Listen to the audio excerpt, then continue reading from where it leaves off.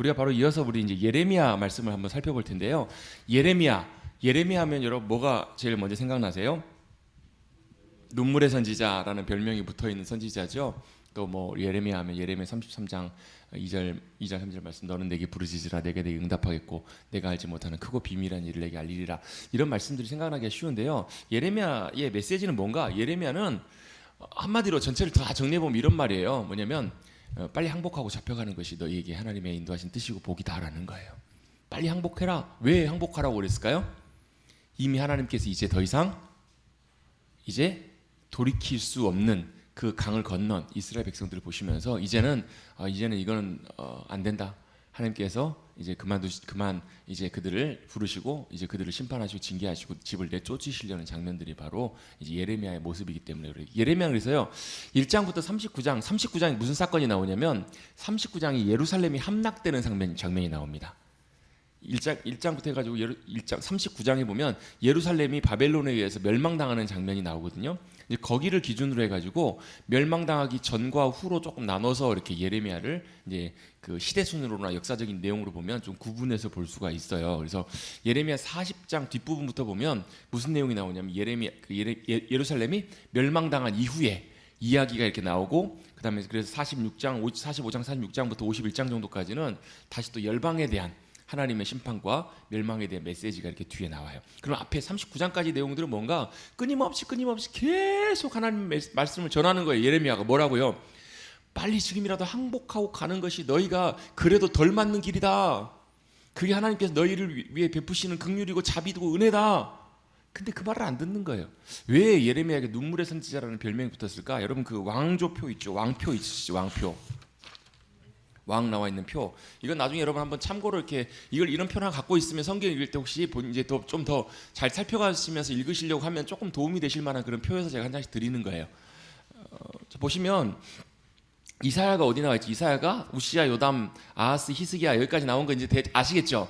나중에 우리 성경 퀴즈 대회 한번 해가지고 이사야 시대 때 활동했던 왕이 아닌 사람은 해갖고 한번 해야 되겠어요. 뭐 우시야, 요람, 아하스, 히스기야. 누구예요? 2번 요람. 그래요? 이사야가 그 시대에 활동을 했어요. 이제 그 북이스라엘이 멸망하고 히스기야 때까지 이렇게 활동을 하는데요. 히스기야의 아들이 누구라고 그랬죠? 문하세가 대략 한 55년인가 아마 55년인가 52년인가를 통치를 했을 거예요. 굉장히 긴 시간 동안 통치한 왕들 치고 별로 그렇게 좋은 왕들이 별로 없어요. 이스라엘은요. 그 중간 위에 보면 아하스, 우시야도 굉장히 오랜 시간 통치를 했고요. 또 아무튼 오래 그 다스린 왕들이 보면 우리 제 개인적인 이제 그 생각으로는 별로 안 좋은 것 같아요. 므낫세가 50년 넘게 통치를 하면서 가장 악한 왕으로 꼽힐 만큼 굉장한 악들을 이 시대에 행하게 됩니다. 아버지가 누구예요? 히스기야예요. 정말로 귀한 믿음의 사람이었고 그걸 통해서 하나님께서 아수르 대군, 그 당시 가장 패권 국가였던 아수르 군대를 쓸어버리셨던, 하나님께서 천군 천사를 통해 쓸어버리고 해를 뒤로 돌리게 하셨던, 돌리게 하셨다니까요. 해를 뒤로 돌아가게끔 하나님께서 주시고, 또 죽을 병 하나님께서 이미 죽었다, 너는 이제 인생 정리해라 말씀하셨음에도 불구하고 히스기야가 기도해서 눈물의 기도로 하나님의 뜻을 돌이켜서 15년간 더 살 수 있도록 생명 연장의 꿈 TV 광고에 갑자기 그런 게 있어가지고 생명 연장의 놀라운 은혜를 경험한 사람이 누구냐면 히스기야예요. 그런데 사람은 참 완전한 사람은 없나 봐요. 보면 사무엘도 그렇고요. 뭐 다들 보면 그 자녀 세대 때 이렇게 좀 이렇게 그 아들들이 좀 아버지보다 못한 아들들이 좀 많아요. 여러분 우리는 항상 그걸 좀 염두해 두는 게 좋은 것 같아요. 다윗이 참 위대하지만 다윗에게는 누가 있었냐면 요나단이 있었어요. 디모데에게는 누가 있었냐면 바울이 있었거든요. 바울은 참 정말 신약 성경의 절반 이상을 쓸 만큼 탁월한 사도였잖아요. 그런데 다윗에게는 또 누가 있었냐면 디모데가 있었어요. 그러니까 결국 디모데 입장에서는 바울이 정말로 큰 다윗이 아니라 니고데모가 뽕나무 위에 올라가면 안 되잖아요. 삭개고 올라가야지. 그것처럼 누군가를 통해서 세워진, 사실 바울도요 누가 있었기 때문에 바울이 있었냐면 아나니아도 있었지만 아나니아는 딱 한 번밖에 등장하지 않아요. 누가 결정적인 역할을 했냐면 바나바가 있었기 때문에 사도 바울이 정말로 귀한 복음의 사도의 역할들을 잘 감당하는데 정말로 귀하게 조력자 역할을 했던 사람이거든요. 그런 사람들이 참 사실 다 필요해요. 참 필요해요. 근데 그 아버지 역할도 뭐냐면요, 부모 세대 역할도 뭐냐면 다음 세대에 아이들이 뭐 좋은 대학 가고 뭐 잘 살고 이런 것들보다 더 중요한 건 뭐냐면 하나님께서 이 땅에 아이를 보내실 때 품고 계획하고 보내신 하나님의 계획과 뜻대로 이 아이가 잘 자라가고 세워져 갈 수 있도록 조력자 역할을 하는 것이 너무너무 중요해요. 그게 뭐예요? 부모는 자녀의 청지기예요. 청지기. 그냥 뭐 돈만 이런 게 청지기가 아니라 부모는 자녀의, 사실 보면 부모가 자식들을 어떻게 보면 아이들 어릴 때는 마음대로 하잖아요. 제가 이번 주에 그 주보에다가 그런 내용을 좀 쓸까 싶어요. 저희 넷째가 이제 신발을 좀 신고 다니거든요. 그러니까 이제 그 신발장인데 와가지고 이래요. 자기 신발 신겨 달라는 거예요. 신발 신고 이제 제가 좀 걸어 다니니까 뭐 잘 걷지도 못하면서 좀 몇 발 걸다가 좀 잡아줘야 되고 그러는데 이제 막 걷고 다니니까 막 신발 신겨 달라 그래요. 그러면서 뭐 하는 줄 아세요? 지가 다 큰 어른인 줄 알아요. 하는 거 보면 지가 다 큰 어른인 것처럼 행동을 해요. 야, 제가 하나 둘 셋 첫째 셋째 다 키워봤지만 넷째를 보면서 또 기가 막히더라고요. 다 큰 어른인 줄 알아요.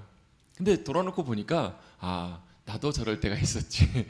다 우리가 그랬던 것 같아요. 우리는 조금만 이러면 다 큰 어른인 것 같아요. 근데 이제 부모 입장에서 보면 자식들을 보면 무슨 생각이 들어요? 별것도 아닌 게 아무것도 아닌 것이 이러면서 어떻게 해요? 부모가 자식을 사실 마음대로 하려고 하는 그런 부모의 마음들이 사실 굉장히 크잖아요. 어떻게 보면. 근데 그럴 때만 항상 우리가 잊어버리면 안 되는 사실이 뭐냐면 우리는 절대 자식이 내 것이 아니고 하나님의 자녀임을, 그래서 하나님의 청지기로 하나님께서 우리를 보내셨음을 잊어서는 안 된다라는 거예요. 그래서 어떻게 해요?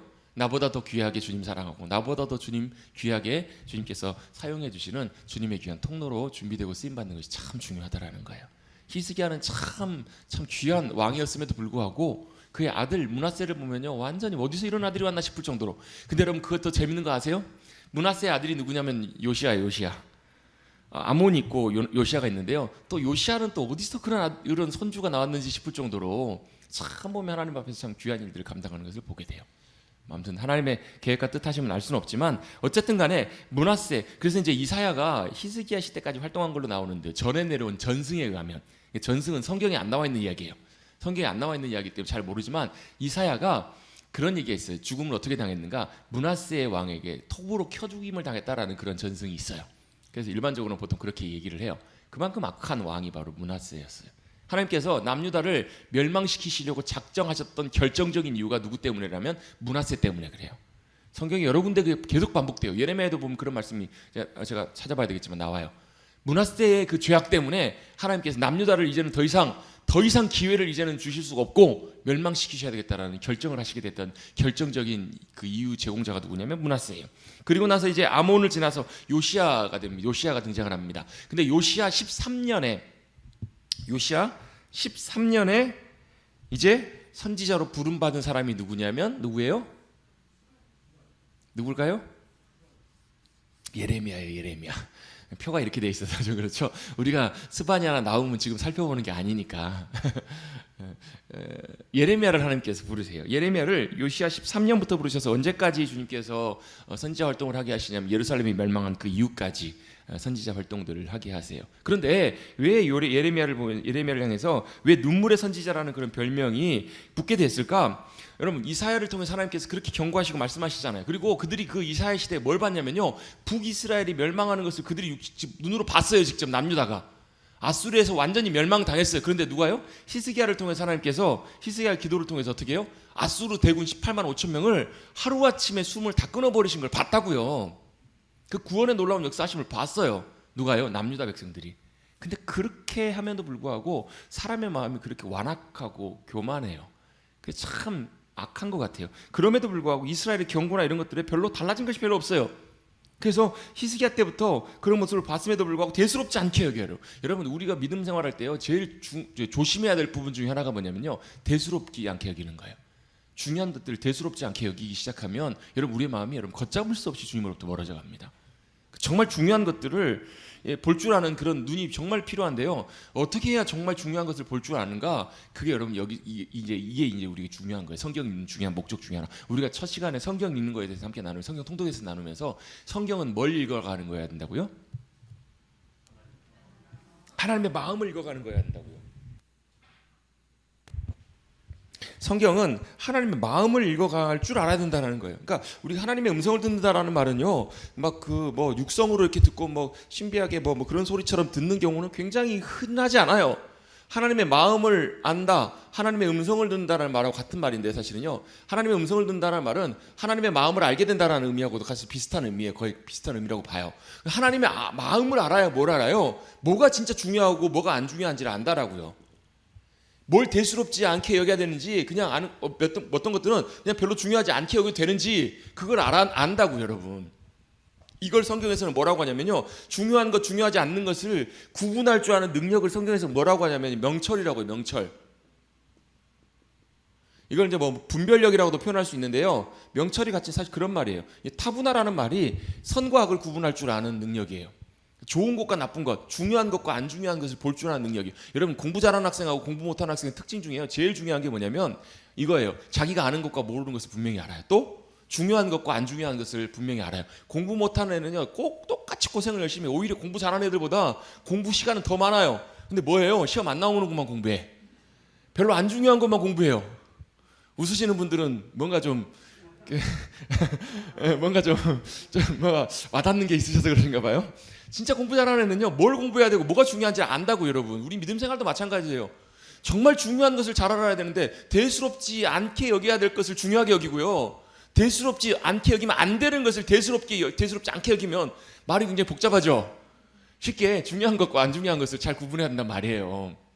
근데 뭐예요? 유대인들은 뿐만 아니라 이스라엘 백성들 뿐만 아니라요, 지금도 마찬가지예요. 영적인 분별력이 사라지고 하나님의 마음을 우리가 잘 모르면 열심히 신앙생활 하긴 하는데 뭐예요?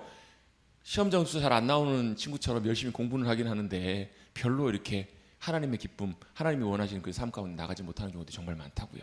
여러분, 우리가 왜 기도해야 되는가? 왜 성경을 읽어야 되는가? 하나님의 마음을 알아서 하나님의 뜻을 분별하기 위해서 기도하는 거예요. 교회 안에 갈등이 생겼어요. 뭐 해야 돼요? 기도해야 돼요. 왜 기도해야 돼요? 갈등이 생기는 이유는 사실 여러 가지 이유가 있겠지만 결정적인 이유는 그거예요. 의견이 달라요. 마음이 달라요.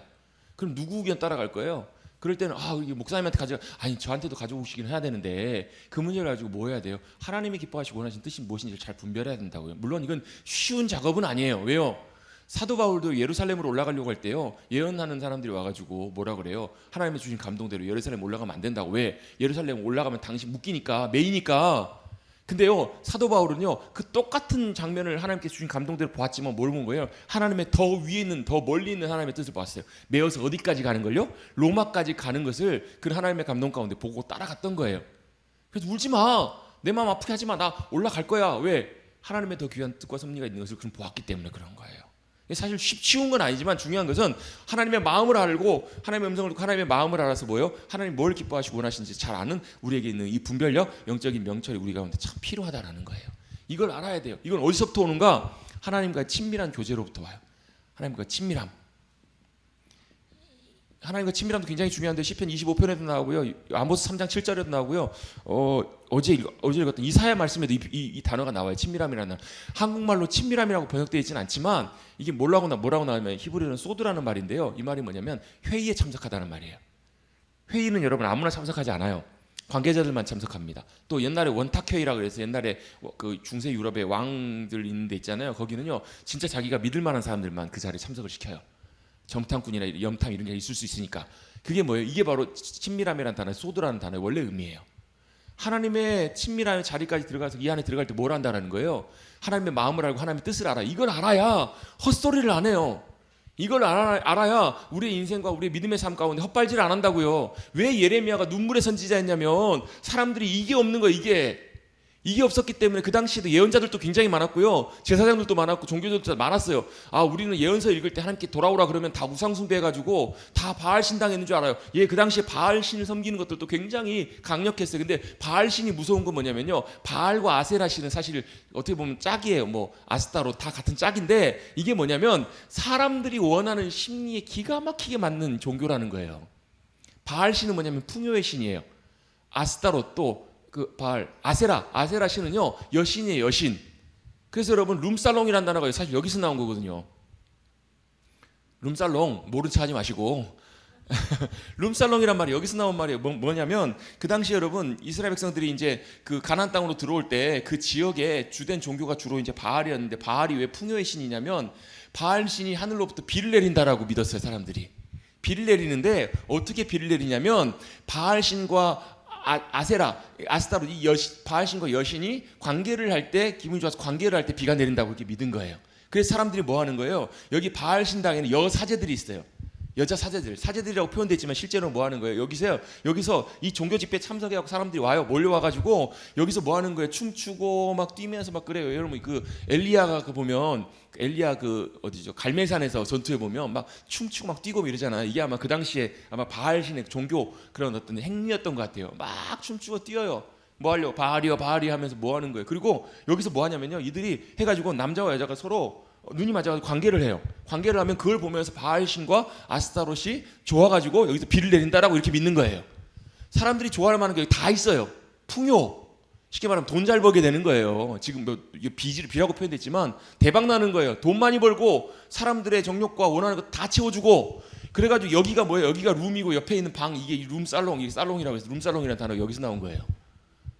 그냥 알아만 두세요. 참고로 그냥 이거 뭐 중요한 건 아니니까.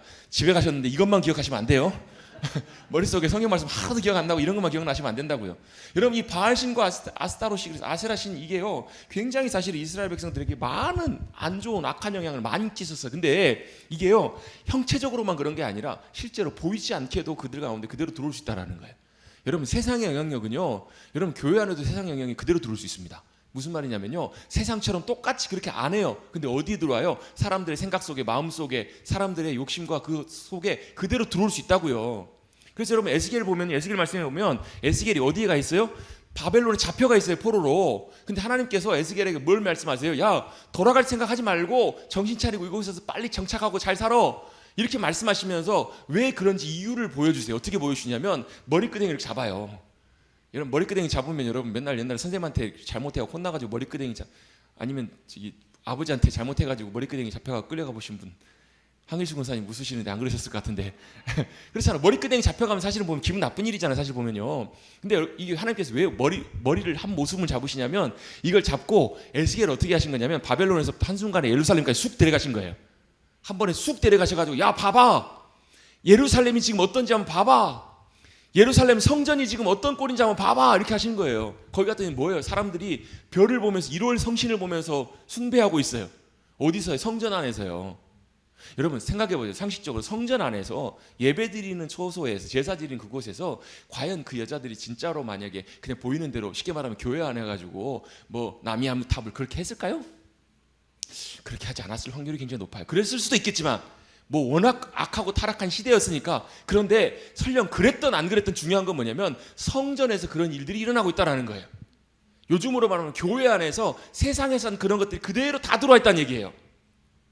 성전 제사장들 어느 누구도, 뭐 지도자들 어느 누구도 예외 없이 똑같이 다 여기서 1월 성신을 숭배하고 바알을 숭배하고 다 그랬다는 거예요. 겉으로는 아닐지 몰라도 어디에요? 마음속에는 하나님 섬긴다고 하면서 똑같이 바알신 섬기는 것처럼 그렇게 섬기는 마음과 중심이 그들 가운데 있었다라는 거예요.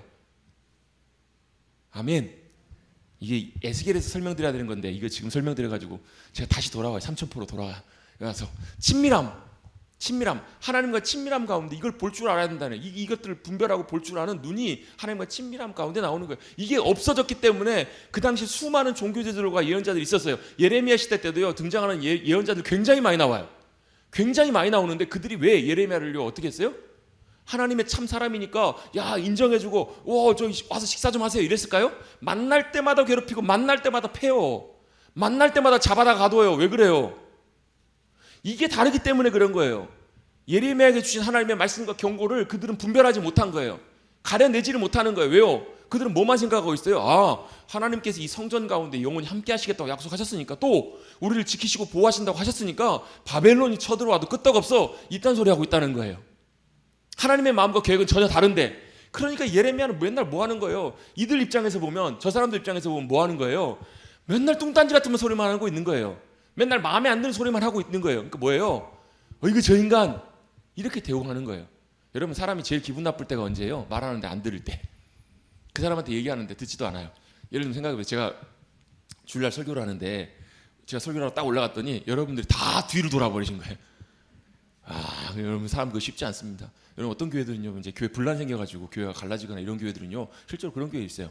막 하면 갑자기 막 딱 올라가면 막 다 나가버리거나 아니면 막 와가지고 막 아무튼 막 그렇게 듣질 않아요. 들으려고 하지도 않아요. 왜요? 이게 다르기 때문에 그래요. 몰라요. 못 알아들으니까. 마음이 다르니까. 그러니까 예레미야 입장에서는 계속 얘기를 해요. 말을 하는데도 안 들어요. 얼마나 답답했냐고요. 근데 거기서 그치는 것이 아니라 예레미야가 실제로 많이 울었던 이유 중에 사실 결정적인 이유는 그거예요. 이제 뭐가요? 하나님의 심판이 다 다가왔다는 거예요. 하나님의 심판과 경고가 그래서 바벨론을 통해서 하나님께서 예루살렘을 처참하게 짓밟으실 것을 예레미야는 너무나 잘 알고 있었던 거예요. 그리고 또 그걸 실제로 목도했던 사람이 예레미야예요. 예레미야 39장에 아까 제가 말씀드렸죠. 예레미야 39장에 예루살렘이 함락당하고 무너졌다고. 그리고 이제 52장에 보면 한번 그 사건을 다시 한번 재조명하는 장면이 나와요. 시대순으로는 그렇게 가면 연결이 안 되기 때문에 52장은 따로 그걸 정리해놨다고 봐요. 일반적으로 시드기야 왕 때 무너진 게 예루살렘이. 근데 39장에 예루살렘이 함락이 돼요. 그리고 예루살렘이 함락된 모습을 보면서 예레미야가 눈물을 흘리며 통곡하며 썼던 책이 예레미야 애가예요.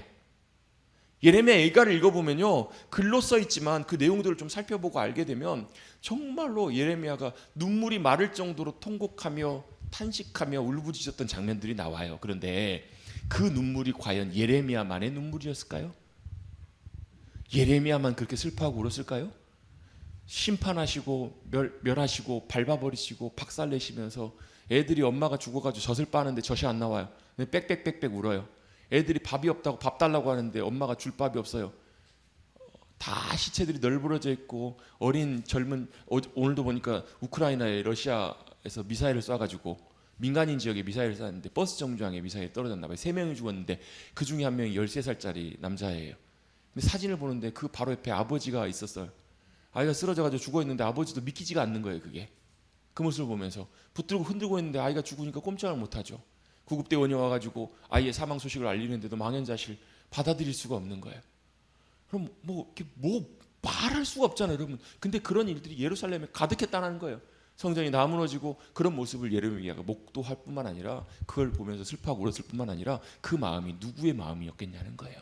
예레미야와 함께하고 계셨던 하나님도 똑같이 그렇게 어찌 보면 예레미야보다 더 심하게 울고 통곡하시며 슬퍼하시는 분이 하나님이시지 않으셨겠냐는 거예요. 예레미야는 눈물의 선지자였습니다. 왜요? 하나님이 그렇게 징계하시고 채찍으로 이스라엘 예루살렘을 완전히 다 치실 것을 보면서 여러분 그렇잖아요.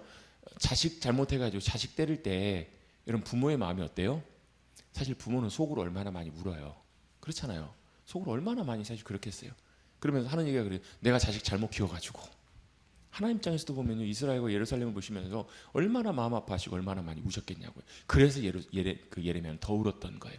안 들어서 울고요. 사람들이 안 들었기 때문에 울고 또 하나님께서 우시고 하나님의 마음 아파하셨기 때문에 울었고 또 뭐 때문에요? 그것이 얼마나 큰 아픔이고 고통인지 알았기 때문에 울었어. 또 뭐 때문에 그랬을까요? 얼마나 많이 사람들이 여러분 예레미야 보면요. 1장부터 30몇 장까지 보면요. 39장 앞에까지 보면 예루살렘이 멸망한 다음에도 예레미야를 괴롭혀요. 예레미야 의지와 상관없이 여러분 얼마나 많이 붙잡히고 괴롭힘을 당하고 위협을 당하고 자기 가족들에게 위협을 당하고요. 또 자기 동료들에게도 위협을 당하고 가는 곳마다 굉장한 큰 어려움을 당하게 돼요. 또 하나님께서 예레미야에게요. 결혼도 못하게 하세요. 왜 결혼도 못하게 하시는가? 결혼도 못하고 자녀도 못 낳게 하시는 이유가 뭐냐면 하나님께서 그 땅을 이제 심판하실 거기 때문에 또 하나님께서 예레미야에게 그런 말씀들을 하실 때마다 그 말씀을 전할 때마다 듣지 않았기 때문에 심판하신 하나님의 마음 때문에도 울고 계속 탄식하면서 우는 이야기들이 바로 예레미야서에 나와 있는 이야기들입니다. 그래서 우리 예레미야서를 한번 볼 텐데요. 예레미야의 내용은 뭐냐면 아까 전에도 말씀드린 것처럼 빨리 항복하고 잡혀가라. 그게 바로 너희의 유익이다라고 기록되어 있는 책이 바로 예레미야고 예레미야가 전한 메시지의 내용이 바로 그 내용이라는 것을 우리가 좀 먼저 기억했으면 좋겠습니다. 자, 아까 왕표에서 보셨던 것처럼 예레미야는 언제부터 활동했는 선지자냐면 요시야 때부터 해서 요시야 13년 때부터 해서 쭉 활동했던 선지자고요. 그는 1장에서 보면 아주 어릴 때부터 부름받은 선지자로 부름받은 사람입니다. 그러면서 나는 아직 아이입니다.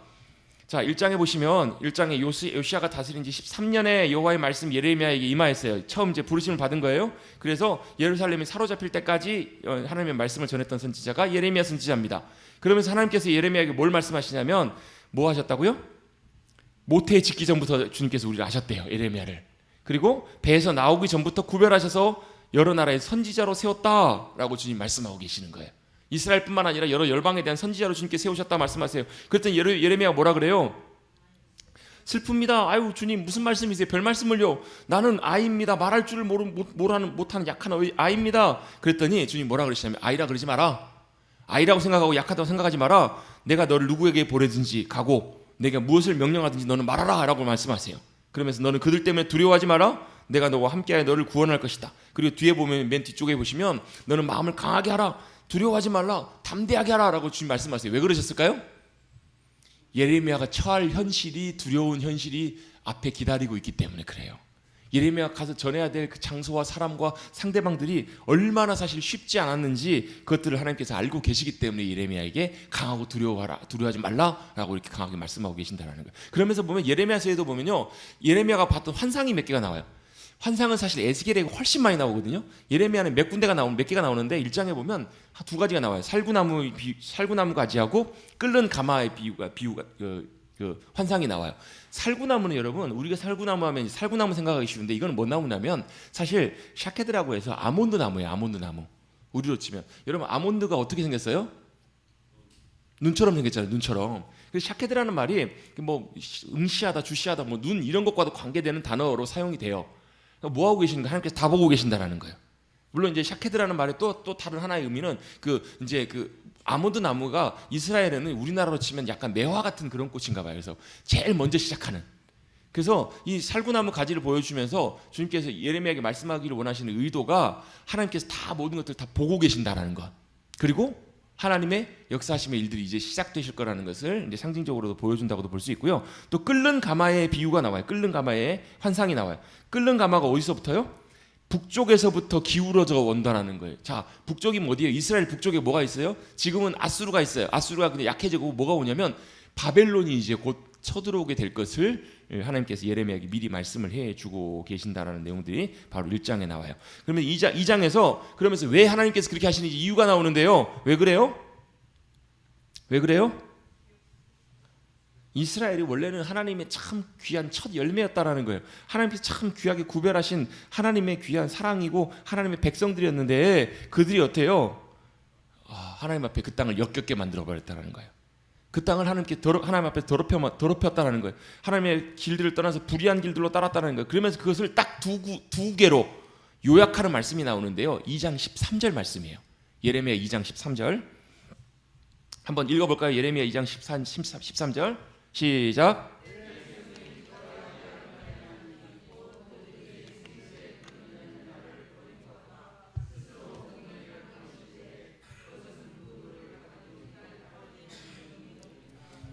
아멘. 자, 이스라엘 백성들, 유다 백성들이 두 가지 악을 행했대요. 두 가지 악이 뭐예요? 생수의 근원 되시는 하나님을 버린 것과 또 한 가지는 뭐예요? 스스로 웅덩이를 판 거란 얘기예요. 근데 그 웅덩이는 어떤 웅덩이라고요? 파도 물을 담을 수 없는 터져버린 웅덩이라는 거예요. 깨진 독이라는 거예요. 깨진 독. 자, 이게 뭘 의지할까요? 마음으로 중심으로 하나님을 떠났다는 거예요. 하나님을 의지하지 않는다는 거예요. 그리고 뭐예요? 자기들 스스로 자기를 위해서 자기의 일들을 계획하고 자기의 일들을 준비해가고 살아간다는 거예요. 여러분 믿음으로 살아간다는 것은 여러분 하나님을 의지하고 하나님과 따라간다는 말이잖아요. 하나님과 상관없이 살아간다는 거예요. 겉으로는 안 그래요, 여러분. 이사야 시대도 마찬가지고 예레미야 시대에도 겉으로는 여러분 예배 잘 드리고 있어요, 여러분. 여러분 이 이사야, 예레미야, 에스겔서의 경고의 메시지가 누구를 향한 메시지라고요? 이스라엘 향한 메시지라고요. 남유다를 향한 메시지라고. 그 말은 무슨 얘기냐면 하나님의 선택된 백성들을 향한 메시지라고요. 즉 그 말은 뭐냐면요, 우리를 향한 하나님의 경고의 메시지도 이 안에 담겨 있을 수 있다라는 거예요. 우리 한 사람 한 사람을 향해서. 여러분 성경을 읽을 때 여러분 하나님의 경고나 하나님의 징계나 하나님의 심판의 말씀을 읽을 때 여러분 겁내거나 두려워하지 마시고요, 점검하시고 돌이키시고 하나님의 도우심과 은혜를 구하셔야 돼요. 하나님께서 우리를 그렇게 만지시고 빚어가시도록. 왜? 우리 안에 그런 모습들이 계속 있으니까. 언제까지요? 주님 부르신 그날까지. 언제요? 주님 앞에 섰을 때는 주님께서 우리를 영광스럽게 변화시키실 거예요. 왜요? 주님이 부활의 영광으로 놀랍게 변화되신 것처럼 우리 연약함도 그때 해결될 거예요. 근데 그때까지는 뭘요? 연약한 우리 자신 의지하지 말고, 연약한 우리 자신의 인생에 목적을 두지 말고 뭐 하라고요? 생수의 근원 되시는 주님 앞에 믿음으로 나아가시고 주님 붙드시고 의지하셔야 된다고요. 바꿔 표현해보면요, 우리 안에 주님께 의지하는 믿음 안에서 부어주시는 생수가 끊임없이 우리의 심령 속에 우리의 인생 가운데 흘러넘쳐나야 된다는 거예요. 여러분 생수의 강이 흘러넘쳐나시는 복된 인생 되십시다. 하나님이 우리의 생수 되심을, 생명수가 되심을, 그 생명수의 강이 우리로부터 흘러넘쳐난. 그래서 여러분 에스겔 그 제일 뒷부분에 보면요, 에스겔 40장부터 48장, 7장, 8장까지는 에스겔이 보는 환상인데요. 뭐 환상이냐면 에스겔 성전에 대한 환상의 이야기가 나와요. 근데 성전에 대한 얘기를 쭉 하면서 그 마지막 쯤에 47장쯤에 보면 뭐가 나오냐면 그 성전에 하나님의 보좌로부터 뭐가 흘러나오냐면요, 물이 흘러나와요. 그 물이 무슨 물이에요? 정수기 물? 삼다수? 뭘까요? 생수의 강이에요.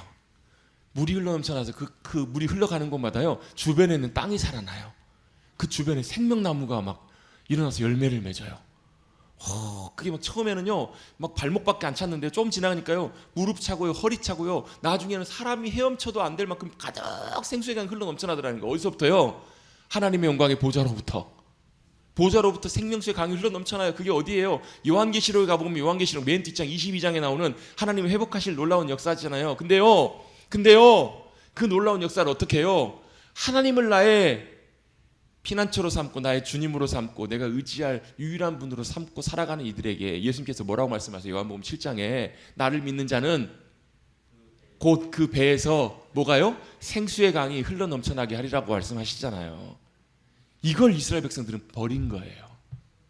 주님 신뢰하지 않고 의지하지 않는 거예요. 세상을 의지하고. 그 이유가 뒤에 보면 좀 나와요. 설명 좀 돼요. 왜요? 나 때문에 그래. 사실 자기 욕심 때문에. 그래서 결국 뭐 하는 거예요? 하나님과 상관없이 스스로 웅덩이를 파요. 하나님, 야 그거 아니야 라고 말씀하시는데도 끊임없이 내 욕심으로 웅덩이를 파요. 그 웅덩이가 무슨 웅덩이라고요? 터진 웅덩이라고요. 물을 가둘 수 없는, 물을 담을 수 없는 터진 웅덩이라고 그들의 영적인 상태를 그대로 보여주신 장면이 바로 나와요. 그래서 여러분 보시면 예레미야에 여기도 보시는 것처럼 이스라엘의 배반, 또 유다가 예레미야보다 더 악했다, 이런 표현들도 쭉 나오죠. 그죠? 이 북이스라엘이 먼저 멸망했어요. 130년 전에 먼저. 근데 유다가 어때요? 잘나서 그런 게 아니에요. 더 악했어요. 더 악하고, 사실 하나님께서는 어떻게든지 다윗의 그 길들, 다윗의 왕조 때문에라도 하나님께서 남유다에게 사실 은혜와 긍휼을 제가 볼 땐 더 베풀어 준 것 같아요. 그러나 어떻게 해요? 므낫세 시대를 지나면서 더 이상 이제는 하나님의 긍휼과 자비가 그들로부터 함께 하시지 않으신 거예요. 더 악해요, 이스라엘 남유다 백성들이. 그래서 어떻게 사장에 보면 어때요? 더 황폐해져 가요. 근데 여러분 그 사장에 보면 그런 표현이 나와요. 이스라엘아 돌아오래거든 내게로 돌아오라는 말씀이 나와요. 사장 1절에 보시면 어디로 돌아오라고요? 하나님께로, 여호와께로 돌아오라는 거예요. 너희의 목전에 가증한 것을 버리고 내가 흔들리지 아니하며 진실과 정의와 공의로 여호와의 삶을 두고 맹세하면 주님 앞에 돌아오면 어떻게 하라고요? 주님께서 어떻게 하신다고요? 그 땅을 회복하시겠다라는 거예요. 여호와께서 유다와 예루살렘 사람에게 이와 같이 이르라. 너희 묵은 땅을 갈고 어떻게 해요? 가시던 볼에 파종하지 말라. 뭐 하라고? 이 뭘 의미하는 거냐면요, 그 다음에 나오는 4절 말씀이에요. 예루살렘 주민들아, 유다와 예루살렘 주민들아, 너희는 어떻게 해요? 스스로 할례를 행하라는 거예요. 원래 할례는 몸에다 하는 거예요. 근데 뭐 하라고요? 마음의 가죽을 베어내래요. 여러분 구약의 할례는요, 육체에다 하는 할례인 것처럼 생각하는데요, 아니요. 그 할례의 의미는요, 원래 마음에다, 영혼에다 하는 할례예요. 할례는 뭐예요? 원래는 그 언약의 상징이에요. 몸에다가 이렇게 문신하고 상처를 내는 것처럼, 상처를 낼 때마다, 여러분 요즘 문신들 되게 많이 하잖아요. 성경에서는 문신하지 말라고 말씀하시거든요. 목사님 저는 미용 때문에 하셨는데요. 뭐 하십시오. 어쩌겠습니까? 오늘도 뉴스 보니까 어떤 뭐 프리랜서 아나운서가 뭐 성형외과 가가지고 난리를 쳤다면서요. 그랬대요. 왜 그런 거 봤더니 눈썹 시술이 자기 눈에 자기 마음에 안 들어가지고 가가지고 막 1시간 동안 막 소리 지르고 막 사람 밀치고 때리고 그러다 벌금형 받았더라고요. 눈썹 문신, 뭐 필요하시면 하셔야죠. 제가 노예 목사님들 만날 때마다 새로운 분들이 한 분씩 오시더라고요. 제가 지난주에도 제가 설립 예배 있어가지고 시찰장에 제가 갔었거든요. 그랬더니 목사님 들어오시는데 다른 목사님이 들어오신 것 같아요. 봤더니 인상이 굉장히 선명해져서 오셨더라고요. 근데 그분 말씀은 이런 거예요. 본인이 전도를 하셨는데 그분이 이제 미용실을 하시는 분이신데 그분이 또 시술에 아주 그냥 대단한 그 실력자시라고 하셔가지고 이제 전도하신 분이셔서 이제 가셔서 하셨다고 말씀하시는데, 제가 볼 때는 그것만은 아닌 것 같아요. 굉장히 인상이 선명해져서 오셨더라고요. 미용 목적으로는 필요하면 할 수 있겠죠. 근데 이 문신이 뭐예요? 새겨지면, 지금이야 이제 레이저로 좀 뺄 수 있지만 새겨지면 안 지워집니다. 뭐만 새기라고 지금 말씀하시냐면 하나님의 언약의 상징만 새기라고 말씀하셔서 사실은 문신을 새기라고 말라고 하신 거예요. 여러분 자 여기 장미를 새겼어요. 이게 뭐예요? 장미파. 그렇잖아요. 옛날에 여러분 지금이야 문신이 흔하지만 옛날에는 문신하는 사람들이 흔하지 않았어요. 대부분 보통 뭐 조직에 근무하는 분들이나 이런 분들이 그랬잖아요. 장미파, 흑장미파 뭐 그랬잖아요. 여러분 막 여기다가 막 뱀 그리고 뭐 용 그려가지고 뭐 칠성파 이거잖아요. 상징이잖아요. 죽을 때까지 뭐예요? 나는 이 조직에 내가 목숨을 걸고 헌신합니다. 나는 이 조직의 혈맹입니다. 이거잖아요. 여러분 이거 하지 말라는 거예요. 뭐 하라는 거예요? 하나님의 언약의 백성임만을 기억하라는 거예요. 이게 사실 원래 이제 문신을 금지하신 하나님의 명령이고 이게 할례의 의미예요. 근데 이걸 어디다라고요? 마음에다 가라고요. 마음에 굳어져 버린 것들 걷어내라고요. 마음에 굳어진 땅들을 기경하라고 주님께서 명령하고 말씀하고 계시는 거예요. 왜요? 마음이 굳어졌으니까 안 되니까 돌아오라고 하시는데 안 돌아오시니까 그러면서 그들이 결정적으로 하시는 이유, 경고하시는 이유가 뭐냐면 그들이 평강하다 그런데 평강하지 않아요. 실제로는 현실은. 그래서 그 사장에 보면요 예레미야가 뭘 듣냐면 사장 19절에 보면 슬프고 아프다. 왜요? 한번 사장 19절 한번 읽어볼까요? 시작. 슬프고 아프다. 내 마음속이 아프고 내 마음이 답답하여 잠잠할 수 없으니.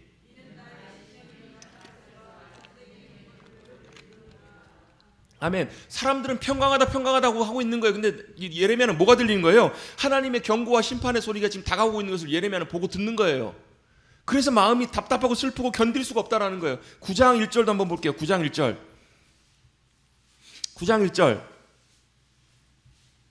앞에 부분 설명만 잠깐 몇 개 드리고 쭉 읽어갈게요. 9장 1절 보시면 어때요? 어찌하여 내 머리는 물이 되고 내 눈은 눈물 근원이 됐고 죽임을 당한 딸 내 백성을 위하여 주야로 울리로다. 이게 무슨 말이에요? 내 백성 죽임을 당한 딸 내 백성은 이스라엘이에요. 남유다예요. 남유다.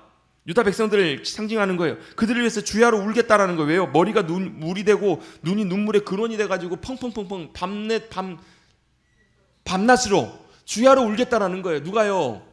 예레미야요. 그만큼 슬프고 아픔의 고통들이 그 마음속에 지금 들어와 있는 거예요.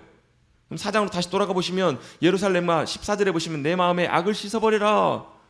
얼마나 너희 그리하면 구원을 얻으리라. 내 악한 생각이 내 속에 얼마나 오랫동안 머물겠느냐. 그러면서 그들의 악한 일들이 마음의 중심뿐만 아니라요 그들의 삶의 모습에서 나타나는 걸 봐요. 5장으로 넘어가 보시면 너희가 만약에 예루살렘으로 다니면서 정의를 행하며 진리를 구하는 자를 한 사람이라도 찾으면 내가 이 성을 용서하리라 주님 말씀하세요. 그 말은 무슨 얘기예요? 한 명도 없다는 얘기예요.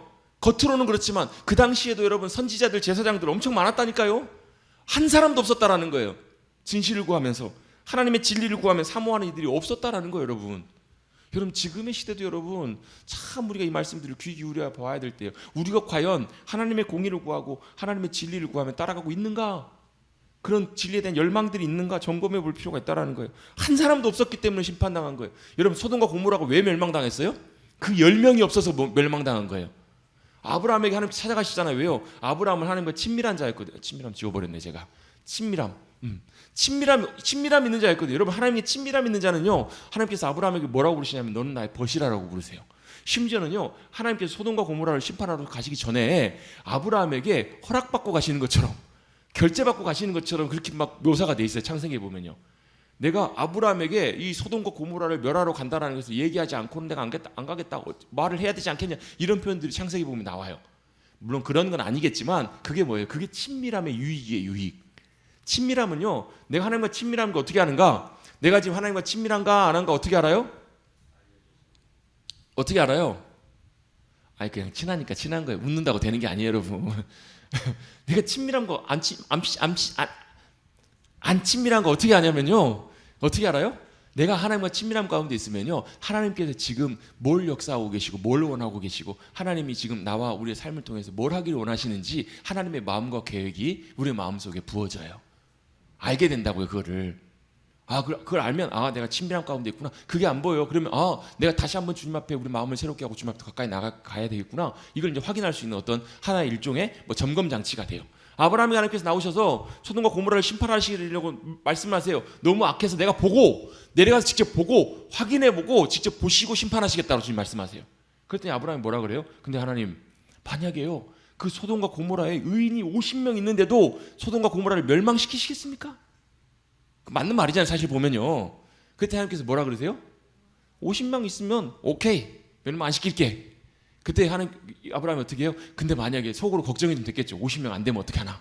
45명, 40명, 30명 20명 몇 명까지 가요? 주님, 제가 다시 한 번만 용서하시고 제 부탁을 들어주십시오. 의인 10명만 있으면 어떻게 하실래요? 내가 10명만 있어도 내가 소돔과 고모라를 용서하리라, 멸망시키지 않으리라 말씀하세요. 근데 아브라함 생각에는 어쩌면 그랬을지 몰라요. 아, 롯과 자기 조카 롯과 이렇게 몇 명 하면 그래서 한 10명은 되지 않겠나? 만약에 5명이었다면, 5명이어도 어쩌면 주님은 들어주실지도 몰라요. 그게 여러분 친밀함이고요. 그게 중보기도예요. 그래서 여러분 중보기도는 항상 여러분 하나님과 친밀함 가운데에서 주님 앞에 기도하는 그 기도가 굉장히 중요한 부분들이라는 거예요. 예레미야에게는 하나님께 친밀함 가운데 이런 마음들 주셨어요. 그들 찾는데 안 보여요. 아무도 없어요. 하나님의 마음을 아는 이들도 없고, 그들은 참 그들 제멋대로 자기들은 잘하고 있다고 생각하면서 그렇게 살아가고 있었던 모습들이 바로 예레미야 시대의 이스라엘 백성들의 모습들이라는 거예요. 용서하지 않겠다라는 거예요. 선지자들은 바라고 원하는 것들이 있지만 실제로 그들의 말들은 다 거짓이라는 거예요. 하나님께서 말씀하지 않으셨다는 거예요. 그렇게 쭉 말씀하시면서 그들의 마음으로뿐만 아니라 삶의 모습 가운데서도 악한 그들의 삶의 모습들이 나오는데, 결정적인 또 중요한 부분들이 있거든요. 이것만 좀 살펴볼게요. 6장 잠깐 넘어가 볼게요. 6장에 보시면 이제 그 6장에 이제 하나님께서 이스라엘 백성들을 훈계하시고 벌을 주시겠다고 말씀하세요. 쭉 1절부터 8절까지 보시면, 8절에 보시면 예루살렘아 너는 뭐 하라고요? 훈계를 받으라는 거예요. 자, 이게 아시겠죠, 여러분? 이제 이게 왜 하나님께서 예루살렘을 훈계하시려고 하시는지, 심판하시려고 하시는지 맞아야 된다라는 거예요. 지금은 맞아야 정신 차리게 되는 거예요. 이게 지금 말로는 안 들으니까. 하나님께서 몇 년 동안요? 1000년이 넘게 하나님께서 끊임없이 선지자를 보내셨다고. 여러분 예레미야서를 읽으시면서 찾아보세요. 내가 나의 종 선지자들을 끊임없이 보냈다. 보내었다. 이런 말씀들이 여러분 계속 나와요. 여러분 한번 찾아보세요. 몇 번이나 나오시는지 한번 찾아보세요. 저는 세다가 말았거든요. 한번 다 찾아가지고 몇 번 나오는지 저한테 좀 알려주세요. 하나님의 선지자들을 보내셨다는 말은 뭐예요? 말씀하셨다는 얘기예요. 경고하셨다는 말씀이에요. 돌아오라고 주님께서 끊임없이 말씀하셨음에도 들어요, 안 들어요? 안 들었기 때문에 이제 어떻게 하시겠다고요? 훈계하시고 혼내시겠다고요. 때리시겠다고요. 그리 아니하면 내 마음이 너를 싫어하고 너를 황폐하게 하여 주민 없는 땅으로 만들리라. 네가 훈계를 안 받으면 이제 진짜 완전 끝이라는 거예요. 안 들으면. 그러면서 하나님께서 훈계를 하시고 벌을 주실 텐데, 그들이 벌을 받아야 될 이유가 뒤에 보면 나와요. 뒤에 보시면 10절에 보시면 내가 누구에게 말하며 누구에게 경책하며 듣게 할고 보라 그 귀가 할례를 받지 못하였으므로 듣지 못하는도다. 보라 여호와의 말씀이 그들이 자기에게 욕으로 여기고 이를 즐겨 듣지 아니하는도다. 무슨 말이에요? 하나님의 말씀을 안 듣는다는 얘기예요. 듣고 싶지도 안 한다는 거예요. 여러분 부모님들이 혼내면 잔소리처럼 들으면 듣기 싫어하잖아요. 안 듣잖아요. 그 정도의 차원이 아니라는 거예요. 그러면서 11절에 보시면 그러므로 여호와의 분노가 내게 가득하여 참기 어렵도다. 하나님께서 더 이상 못 참으시겠다라는 거예요. 몇 년 참으셨어요? 수백 년을 참으셨어요. 1000년이 넘게 참으셨다고요. 몇 년 참으셨다고요? 네. 1000년을 넘게 참으셨다고요. 여러분 정말 하나님께서 오래 참으셨어요. 참으시다가 이제는 더 이상 못 참으시겠다라고 말씀하셨는데, 그 이유 중에 하나를 13절부터 말씀합니다. 이는 13절 14절 한번 같이 한번 읽어볼게요. 시작. 이는 그들이 가장 작은 자로부터 큰 자까지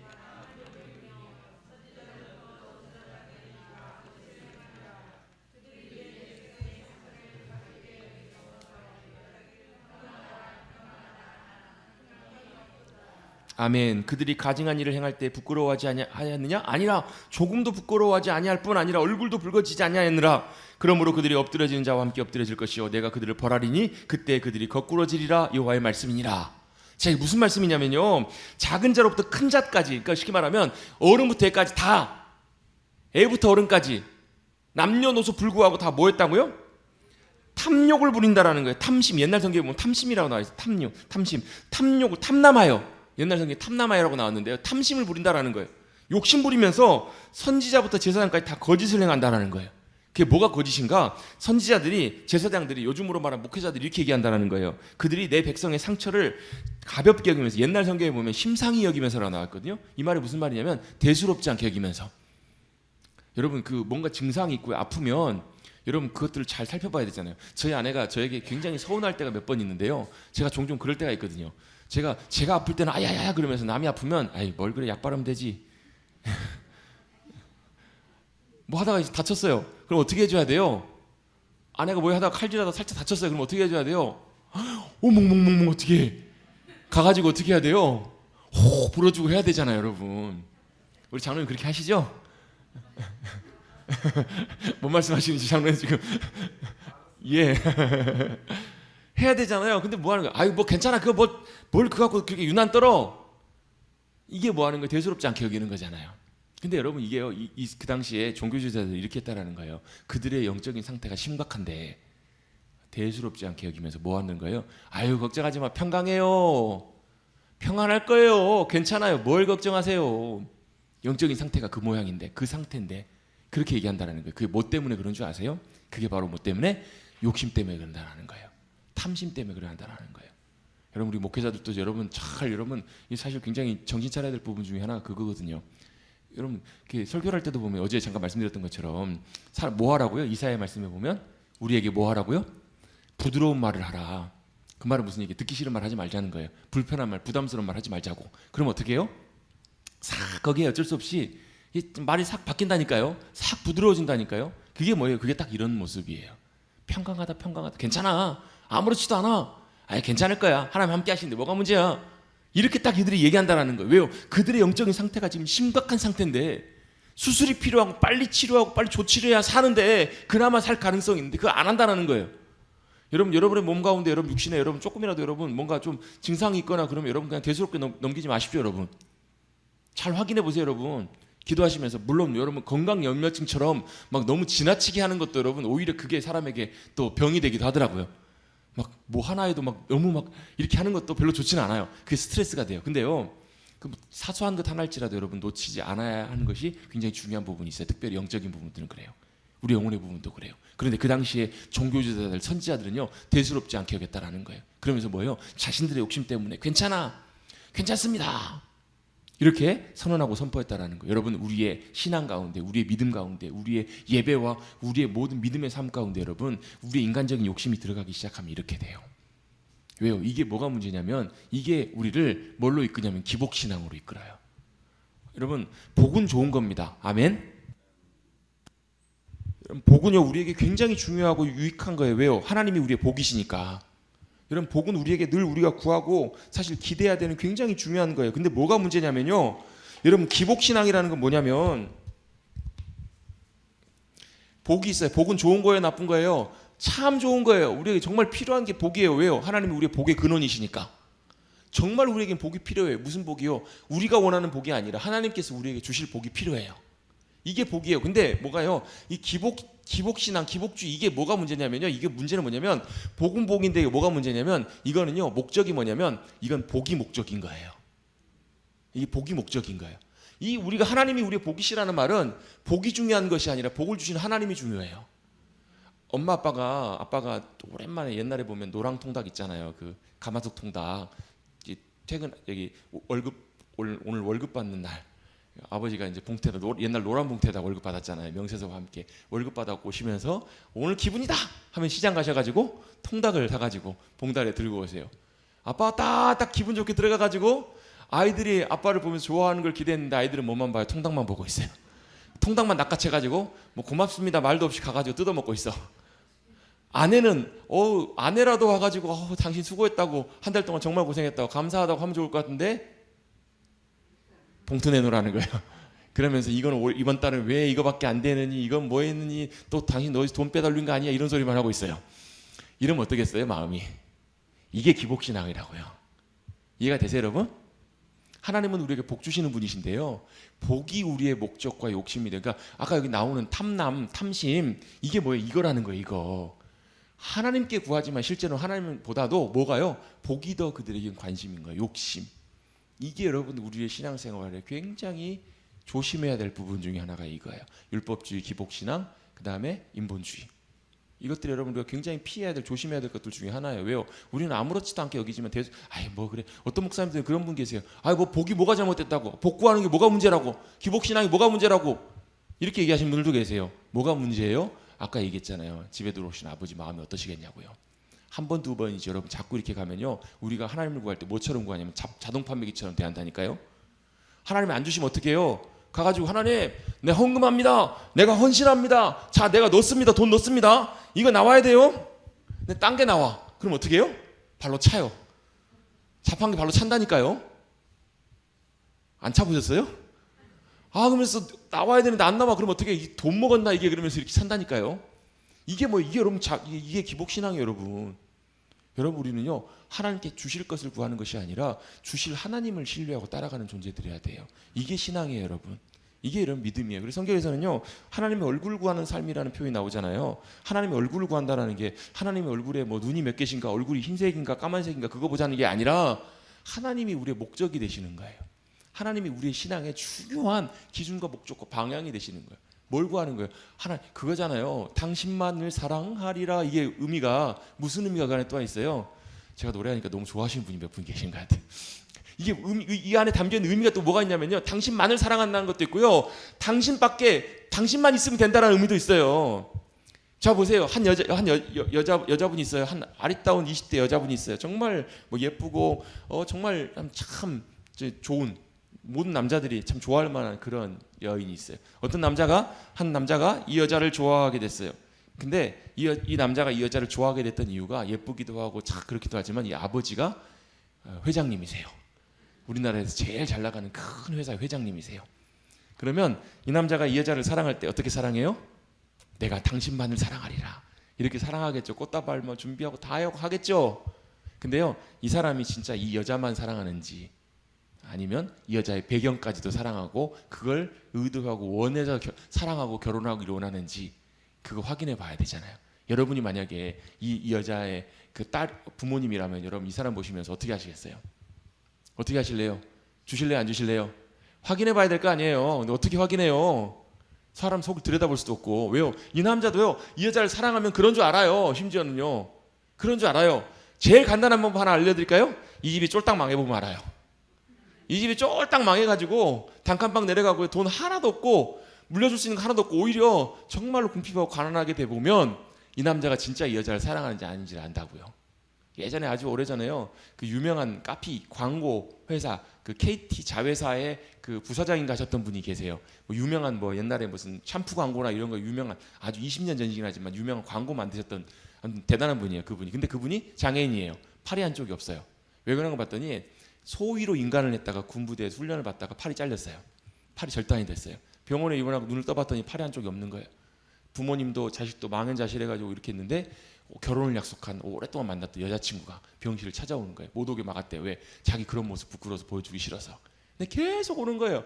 계속 올 때마다 한편으로 고맙기도 하지만 이제는 자기가 팔도 없이 이제 뭐 하고 어떻게 이 여자를 책임질까 이런 부담감과 이런 생각들 마음 때문에 이 여자를 자꾸 밀어내는 거예요. 나 다른 남자 좋은 남자 만나라고 떠나라고 가라고.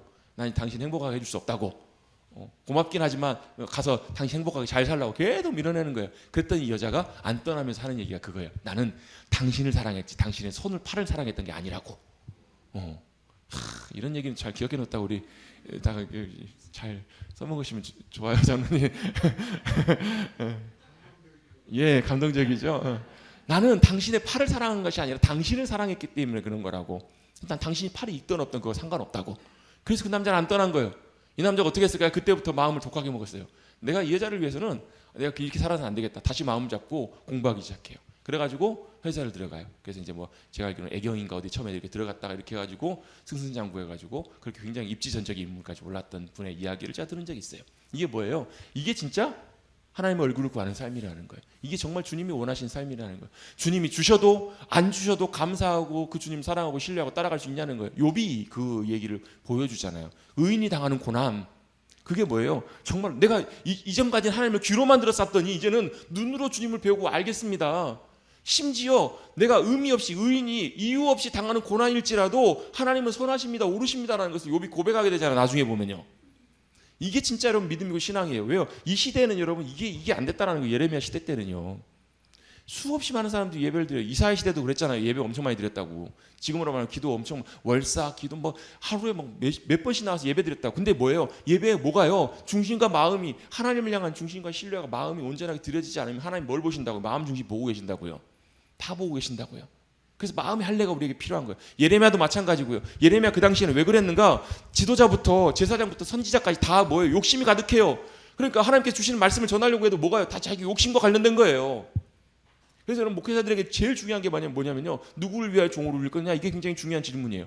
제가 신학생 때 제 아는 선배 목사님을 통해 전도사님, 그때 전도사님이었는데 그분이 기도하다가 그런 생각이 문득 들어가지고 저한테 해주신 얘기인데 제가 그게 아직도 잊혀지가 않아요. 누구를 위해서 종을 위냐, 누구를 위해서 기도하고, 누구를 위해서 목회하고, 누구를 위해서 사역하고, 누구를 위해서 살아가는 건가. 그게 진짜 중요한 문제라는 거예요. 왜요?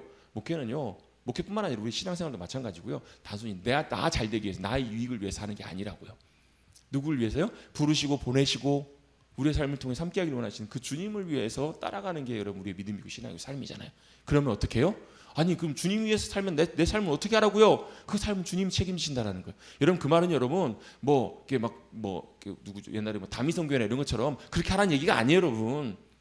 여러분 오히려요 정상적으로 주님께 미쳐서 살아가는 사람은요 어떻게 해요? 진짜 제대로 잘 그래요. 어떤 목사님 설교하시면서 예수님께 미쳐 살아가야 됩니다, 미쳐야 됩니다 그랬더니 다른 분들이 막 신앙 이제 초신자나 이런 분들이 그 오해해가지고 어떻게 해요? 아니 그러면 가정도 버리고 뭐 다 버리고 뭐 이렇게 하라고 이게 이상한 거 아니야 이렇게 얘기하시더라는 거예요. 근데 그 목사님 하신 얘기가 그거예요. 제대로 미치면 안 그런다고. 제대로 잘 못 미쳐서 가정 버리고 이렇게 하지, 제대로 미치면 자신 얘기를 하시면서 그런 얘기를 하시는 거예요. 본인이 굉장히 우리나라 최고 학부를 나오시고 외국에서 박사학위 받으시고 외국에 연구원으로 생활하셨는데요.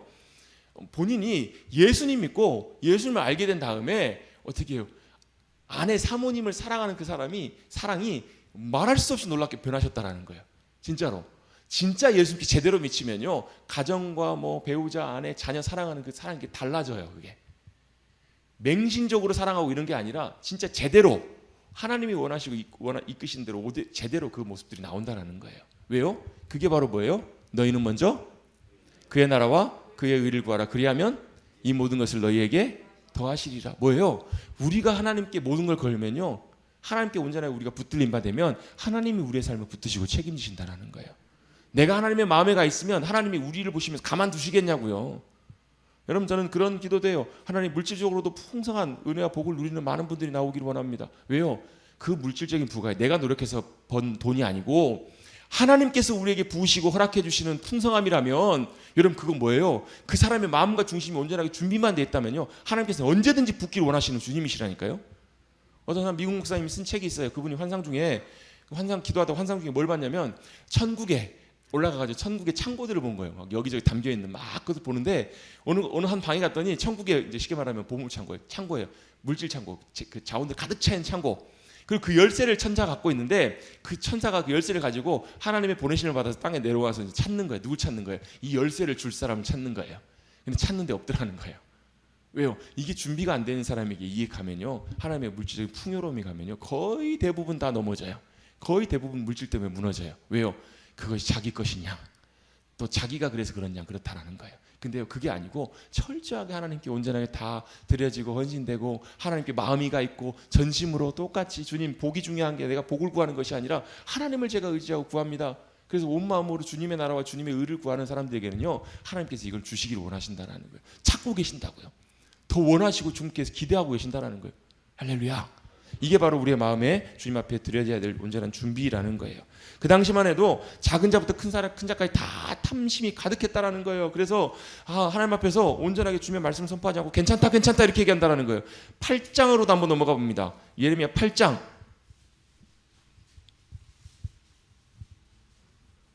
8장에도 똑같은 말씀이 나와요. 10절에도 보시면요 똑같은 말씀이 나와요. 그러므로 내가 그들의 아내를 타인에게 주겠고 그들의 밭을 그 차지할 자들에게 주리라. 왜? 그 이유가 뭐냐면 그들은 가진 작은 자로부터 큰 자까지 다 욕심내며 선지자로부터 제사장들까지 다 거짓을 행하기 때문이라는 거예요. 다 거짓말을 하고 다 탐심내고 욕심내고 있다는 거예요. 그러면서 똑같은 말씀이 나오죠. 11절에 보시면 그들이 딸 내 백성 이스라엘 예루살렘 유대를 향해서 뭘요? 상처를 가볍게 심상히 여기고 말하기를 평강하다 하는데 평강이 있어요 없어요? 없다라는 거예요. 가증한 일을 해도 부끄러워하지도 않고 조금도 문제의 심각성을 느끼지도 않고 깨닫지도 못하고 있다는 거예요. 그래서 하나님께서 어떻게 하신다고요? 그들을 향해서 하나님께서 징계하시고 심판하시겠다라는 거예요. 7장에도 보면요 그런 말씀이 나오는데 7장에도 보시면 7장 3절 4절 7장에도 보시면요 물론 죄송합니다. 6장 먼저 잠깐 한번 볼게요. 6장 앞에 부분에 보시면 6장 아까 하나님께서 똑같은 말씀을 하신 다음에 그들이 탐심으로 거짓으로 가르치고 평강하다 한 다음에요 주님께서 너희가 옛적 길 선한 길이 어딘지 돌아오라 라고 16절에 말씀하세요. 6장 16절에 보시면 그리하여 어떻게 하겠다고? 너희가 진짜 평강을 얻을 거란 얘기예요. 진짜 평강은 언제 왔냐면 진짜 하나님의 생명의 길로 돌아와야 진짜 하나님의 평강이 임한다는 거예요. 샬롬 한다고 오는 게 아니고, 물론 그래도 샬롬으로 인사하는 거는 필요합니다. 그런데 진짜 평강은 뭐 심지어 여러분 하나님의 평강이 임하지도 않는데 하나님의 길을 떠났는데, 여러분 그런 얘기 있잖아요. 옛날에 미국에서는 어디 다른 데 가다가도요, 예배 시간에 꼭 얻는 시간에, 축도하는 시간에 들어가가지고 축도는 꼭 받고 간다고. 여러분 뭐 물론 나름 이해는 됩니다. 그런데 여러분 그걸 좀 나쁜 표현, 잘못 표현해 보면요, 그게 진짜 하나님의 복이고 축복이냐고요. 그게 하나님께서 정말로 원하시는 하나님이 복을 주시는 통로겠냐고요, 여러분. 그게 아니잖아요, 여러분. 조금 흥분 좀 가라앉히고. 저도 그런데 여러분, 하나님은 어떠시겠으며 예레미야는 어떻겠냐고, 그 당시에 그 모습들을 보면서. 여러분 그 마음이 조금이라도 느껴지세요, 여러분? 느껴지셔야 돼요, 여러분. 이 성경을 읽으면서. 그게 여러분 예레미야를 읽는 목적이에요, 여러분. 하나님께서 얼마나 답답해서 선한 길, 옛적 길로 돌아오라, 생명의 길로 돌아와라, 그래야 진짜 너에게 평강이 임할 거다. 근데 아니라는 거예요. 그러면서 뒤에 보시면 뭐라고요? 17절에도 보시면 파수꾼을 세웠는데 그들의 대답이 우리가 안 듣겠다라는 거예요. 파수꾼이 뭐예요? 하나님께서 보내신 경계의 사람들이잖아요. 안 듣겠다라는 거예요. 예레미야 말 안 듣겠다라는 거예요. 18절 19절에도 보시면서 너희 나라들아 들으라, 무리들이 그들의 당할 일을 들으라, 땅이여 들으라. 뭐라고요? 내가 이 백성에게 재앙을 내리니 이것이 뭐라고요? 그들의 생각의 결과라고요. 마음의 결과라고요. 마음과 생각이 이미 그렇게 됐다고요. 내 말을 듣지 않고 내 율법을 거절하면서 뭐 해요? 20절 같이 한번 읽어봅니다. 시작.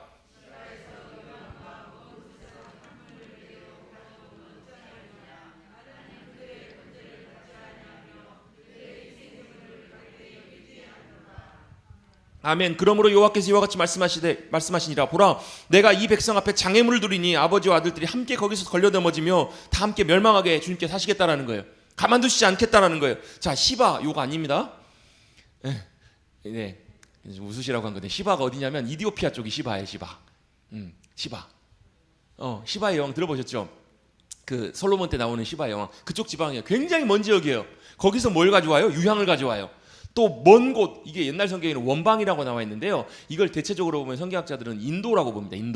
인도에서 뭘 가지고 왔어요? 향품을 가지고 왔어요. 여러분 향품과 유황을 저 먼 곳에서 그 당시 가져가려면 최소한 몇 달은 가지고 와야 돼요. 내가 직접 안 가더라도 어떻게 해요? 무역상이 가지고 오면 그게 싸겠어요? 비싸겠어요? 엄청나게 비쌀 수밖에 없어요. 고가의 향품과 유황을 누구에게 드렸다고요?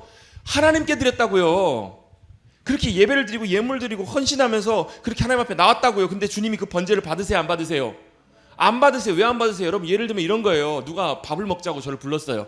밥을 먹으러 나갔는데 기분 좋게 나갔는데 밥 먹다가 그분이 이런 얘기 하는 거예요. 근데 목사님 부탁드릴 게 하나 있어요. 이러면서 조건이 붙으면 여러분 밥이 갑자기 넘어가요? 안 넘어가요? 밥이 탁 걸리잖아요. 아니 호의로 선의로 밥을 사줬으면 나중에 끝나고라도 혹시 그분이 어려운 일 있으면 기꺼이라도 가서 도와줄 마음이 있겠는데, 거기에 조건이 딱 붙었더니 어때요? 갑자기 밥이 탁 멈춰요. 여러분 이들이 하나님 앞에 이렇게 예물을 드리는 이유가 뭐였을까요? 조건이 있는 거예요. 조건이 뭐예요? 탐심, 탐욕, 이거예요. 아까 저거 하나님께서 그거 기뻐하시지 않는다는 거예요. 여러분 죄송하지만 차라리 그럴 거면 안 드리는 게 나아요. 제가 볼 때는 이렇게 드린다고 하면서 우리 예배 잘 드린다, 그래서 여러분 그 말씀들이 어디 나오냐면 7장에 보면요, 이곳이 하나님의 성전이다, 이곳이 하나님의 성전이다는 거짓말을 믿지 말라고 말씀하세요. 3절 4절에 보시면요, 2절부터 보시면 여호와께 예배하러 이 문으로 들어오는 유다 사람들아 여호와의 말씀을 드리라. 왜 예레미야가 미움받고 왜 예레미야가 맨날 울었냐면요, 이런 거예요. 지금으로 말하면 교회 앞에 서가지고 예배드리러 오시는 분들이 있는데 이렇게 얘기하는 거예요. 이곳이 하나님의 교회다, 이곳이 하나님의 교회다는 거짓말 믿지 말라, 이렇게 지금 소리 지르고 있는 거예요. 누가? 예레미야가. 이해가 되세요? 물론 여러분 신천지나 이단들이나 이렇게 하면 여러분 무시하고 들어오십시오. 그리고 빨리 들어오셔서 경찰에 신고하십시오. 빨리 좀 저 인간들 좀 치워달라고. 또 기도하세요. 하나님 저 인간들 좀 치워주세요. 근데요 그들이 아니라 하나님이 보내신 사람 예레미야가 지금으로 말하면 교회 앞에 와가지고 이곳이 하나님의 교회가 아니다라고 얘기하는 거예요. 하나님의 교회다, 하나님의 교회다라는 거짓말을 믿지 말라. 왜요? 하나님께서 이미 그들 떠나셨거든요. 그들이 하나님의 길을 버렸거든요. 그러면서 4절 말씀에 보면 이것이 너희 하나님의 성전이다, 여호와의 성전이다. 몇 번이나요? 3번이나 나와요. 3번이나. 거짓말을 믿지 말라는 거예요. 아니라는 거예요. 근데 여러분 이들이 이 예레미야의 말을 들었을까요? 안 들었을까요? 안 들었어요. 왜요? 이들은 뭘 믿었기 때문에? 하나님의 말씀을 믿었기 때문에 안 들은 거예요. 무슨 말씀이요? 열왕기하 9장 3절에도 보면요, 역대하 7장 16절에도 보면 하나님께서 이곳 초소에 영원히 하나님의 영광을 두시겠다고 말씀하세요. 하나님은 영원히 두기를 원하시는데요, 하나님이 함께하기를 원하시는 그들이 하나님의 길을 떠나면 하나님께서도 그들이 돌아오지 않으면 어찌하실 수가 없는 거예요. 박수도 뭐가요? 손뼉이 마주쳐야 소리가 나죠. 그들이 하나님의 길을 떠났는데 그들은 대수롭지 않게 여기는 거예요. 뭐 괜찮아, 예배 잘 드리고 있고 우리가 얼마나 헌금 많이 하는 줄 알아, 이러고 있기 때문에 그들이 못 깨닫는 거예요. 예레미야 말을 들을 수가 없는 거예요. 그러면서 5절입니다. 너희가 만일 길과 행위를 참으로 바르게 하여 이웃들에게 정의를 행하며 과부를 압제하지 않고 무죄한 자를 피를 흘리지 아니하고 다른 신들을 뒤를 따라가지 아니하고 하면 어떻게 해요? 이곳에 주님께서 영원토록 살게 하실 것이라는 거예요. 근데 뭘 한다고요? 9절 8절에 보시면 너희가 무익한 거짓말을 의존한다라는 거예요. 이게 뭐예요? 하나님의 말씀을 가지고 그들이 의지하는 것을 주님께서 예레미야를 통해서 경계하고 계시는 거예요. 왜요? 이들은 다윗의 왕조는 영원하다고 주님께서 약속하셨잖아. 이들이 뭘 믿는다고? 하나님의 말씀을 믿고 지금 이렇게 하고 있다고요. 근데 하나님의 말씀을 믿는다고 할 때 거기 더 중요한 게 뭐냐면 하나님과 친밀함이에요. 하나님의 말씀의 의미와 뜻들을 우리가 정확하게 분별해내지 못하면 여러분 하나님의 말씀 영 이상한 데다 갖다 적용한다니까요. 여러분 교회 안에서 갈등이 생겨가지고 교회가 갈라져 싸울 때도 뭐하고 싸우는지 아세요? 말씀 갖고 싸워요. 그래요? 말씀 가지고 우리 이렇게 하나님 이렇게 말씀하셨다, 이거 우리 하나님의 뜻이다, 이렇게 얘기한다니까요. 말씀 갖고 싸우고 기도하고 능력받아 싸운다니까요. 이게 뭐예요 여러분? 기도는 하지만 말씀은 읽고 있지만 뭐 하는 거예요? 내 편에 서서 내 입장만, 하나님 내 편을 보장해달라고. 여러분 유명한 일화가 있잖아요. 링컨 대통령이 남북전쟁에서 중요한 전투를 앞두고 여러분 그날 밤에 밤새도록 기도하고 있으니까 참모가 지나가다가 대통령님 걱정하지 마십시오, 하나님이 우리와 함께 하실 것입니다, 우리가 승리할 것입니다. 그랬더니 링컨 대통령이 뭐라고 그래요? 적군들도 똑같이 우리가 생각하고 있을 거라고. 중요한 것은 하나님이 우리와 함께 하신다고 우리가 생각하는 것보다 우리가 하나님 편에 서 있는 게 더 중요하다고. 이게 굉장히 중요한 의미를 우리에게 보여주잖아요. 그 길을 떠나서 버리고 돌아오라는 거예요. 무익한 거짓말을 의지하지 말라는 거예요. 그러면서 11절 11절에 보시면 그들이 내 이름으로 일컫는 이 집에 들어와가지고 뭐라고 얘기한다고요? 구원을 얻었다 이렇게 얘기하면서 뭐라고요? 11절에 내 이름으로 일컫는 바 이 집이 너희 눈에는 도둑의 소굴로 보이느냐, 보라 나 곧 내가 그것을 보았노라, 여호와의 말씀이니라. 이 말씀 보시면 여러분 생각나는 말씀 없으세요? 생각나는 말씀 있으셔야 돼요. 요한복음 2장 예수님께서 성전 정화하실 때 하셨던 말씀이 이 말씀이에요. 너희가 강도의 구례를 만들었다. 기억나시죠? 연결이 되세요? 성경 통독하면서 여러분 이제 성경 연결이 되셔야 돼요. 이렇게 연결이 되셔야 된다고요. 이 말씀 예수님께서 이 말씀을 갖고 하시는 거예요. 실제로는 이것이 여호와의 성전이라고 하지만 실제로는 아니라는 거예요. 주님이 보실 때 여러분 과연 우리 교회를 보실 때는 어떨까요? 여러분 우리 많이 기도해야 됩니다. 하나님의 은혜가 필요합니다. 여러분 하나님께서 기뻐하시는, 정말로 하나님께서 영광 가운데 함께 하시는 그런 귀한 교회가 세워질 수 있게 되기를 바랍니다. 그래서 하나님께서 이들을 그렇게 책망하시는 거예요. 그들의 악한 것들을 주님께서 경계하시면서 심지어는 하나님께서 뭐라고 말씀하시냐면 예레미야에게 그들을 위해서 기도하지 말라고 말씀하세요. 7장 16절에 보시면 이 백성을 위해서 기도하지 말라, 부르짖어도 구하지 말라, 간구하지 말라, 내가 듣지 않으리라. 여러분 이 말씀 여러 군데 나와요. 뒤에도 보면 14장에도 또 나오고요. 여러 군데 계속 나와요. 왜요? 하나님께서 이미 어떻게 하시겠다고요? 듣지 않으시겠다라는 거예요. 하나님 안 들으신대요. 아예 기도에 응답하시지 않겠다라는 거예요. 11장에도 나와요. 그리고 심지어는요 모세와 사무엘이 와도 안 들으신다라는 거예요. 이 말씀 계속해서 반복돼서 나오는 것을 보게 됩니다. 이미 하나님께서 그들을 향한 그들의 마음들을 하나님께서 이제 마음을 먹으셨기 때문에 그렇다라는 것을 우리가 이렇게 예레미야 말씀을 통해서 이해하면서 이렇게 쭉 볼 필요가 있습니다. 그래서 이런 말씀들을 쭉 예레미야가 전해야 될 때요, 예레미야가 쉬웠을까요? 어려웠을까요? 아주 어려웠어요. 그래서 예레미야 12장에 보면 하나님 앞에 하소연을 하는 장면이 나옵니다. 예레미야 12장에 보면 주님, 제가 주님께 질문합니다. 악한 자의 길이 형통하며 반역하는 자가 다 평안하고 나는 왜 이렇게 어렵습니까? 나는 왜 이렇게 힘듭니까? 그들의 입은 죽게 가까우나 그들의 마음은 멉니다라고 12장 2절에 말씀하거든요. 이게 무슨 뜻이냐면 그들의 입은 죽게 가까우나 마음은 멀다. 이게 무슨 뜻 같아요? 입으로는 주여 주여 한다는 거예요. 입으로는 주님의 이름을 늘 부르고 주님 찾는데 마음으로부터는 주님 멀어져 있는 그들을 보면서 예레미야가 답답해하는 거예요. 여러분 세상을 보면서 악한 사람들을 볼 때 여러분 마음이 답답하세요? 시원하세요? 저는 요즘 뉴스를 웬만하면 잘 안 보려고 그래요. 마음이 좀 답답해요. 시원하지가 않아요. 주님만 보려고 오직 주님 이러고 삽니다. 왜요? 답답해요. 왜? 뭐 때문에요? 세상을 보면요 의인이 잘 되는 것보다 악인이 잘 되는 게 훨씬 많아요. 그렇잖아요. 예레미야도 이것 때문에 너무 답답했던 것 같아요. 말씀을 전하는데 안 들어요. 말씀을 전하는데 안 깨닫는다고요. 예레미야가 그런데 하나님은 오죽하시겠어요. 그러면서 하나님께서 예레미야에게 하셨던 말씀이 5절에 나와요. 12장 5절에. 12장 한번 5절 한번 보실까요? 5절 6절 말씀 한번 같이 한번 읽어볼게요. 12장 5절 6절 시작. 만일 내가 보행자와 함께 달려도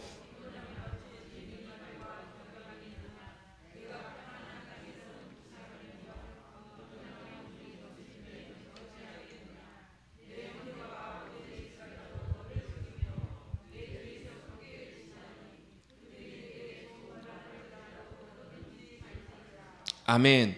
무슨 말씀하시는 거예요? 너 힘들지? 어렵지? 근데 야, 보행자와 함께 달려도 힘들면 말과 어떻게 경주할래? 네가 땅에서도 평안한데 땅에서야 괜찮겠지만 요단강 물이 넘쳐날 때 네가 어떻게 그걸 감당할래? 이게 무슨 말이에요? 하나님께서 더한 어려움과 더한 고난의 자리로도 인도하실 계획이 있으신 것 같아요. 보니까 마음을 강하게 하라는 거예요. 여러분, 하나님께서 우리에게 때때로 어떤 큰 시험이나 어려움들을 주실 때가 있거든요. 그때 여러분 이걸 생각하세요. 아, 하나님께서 나에게 더 큰 귀한 것들로 인도하시고 맡기시려고 하나님께서 나에게 이렇게 어려움과 시험을 주시나 보다. 왜요? 아, 지금 감당해야 그것보다 더 큰 것 감당하잖아요. 그게 하나님의 또 인도하심과 은혜인 것 같아요. 예레미야에게 더 귀한 것들, 더 큰 것들을 감당하시려고. 근데 그게 만만치가 않아요. 그러면 심지어는요, 형제와 아버지의 집도 속이고 뒤에서 어렵게 만든다라는 거예요. 아무도 믿지 말라. 주님만 믿음으로 신뢰하고 따라가라. 그에게 맡겨주신 사실 짐이 굉장히 무겁기는 해요. 그런데 여러분, 누가요? 이 시대의 유일한 눈물을 흘리는 예레미야를 하나님께서 기대하고 계시고 소망하고 계시잖아요. 유일하게 예레미야만 바라보고 계세요. 그 마음으로 예레미야는 끝까지 하나님의 말씀을 전하고 주님의 길 위에 있는 서 있는 모습들을 우리에게 보여줍니다. 이 예레미야의 마음을 우리 한번 헤아려 보면서 우리 예레미야를 통해서 주신 하나님의 말씀 우리 함께 읽어보도록 하겠습니다. 예레미야 1장으로 우리 돌아가서 예레미야 1장부터 하나님의 말씀 우리 함께 읽습니다. 예레미야 아멘. 12장까지 우리 읽었는데요. 어떻게 좀 말씀이 좀 보이세요? 잘 안 보이세요? 네. 아, 어디 있는지도 잘 모르시겠어요, 장로님? 예. 아, 예.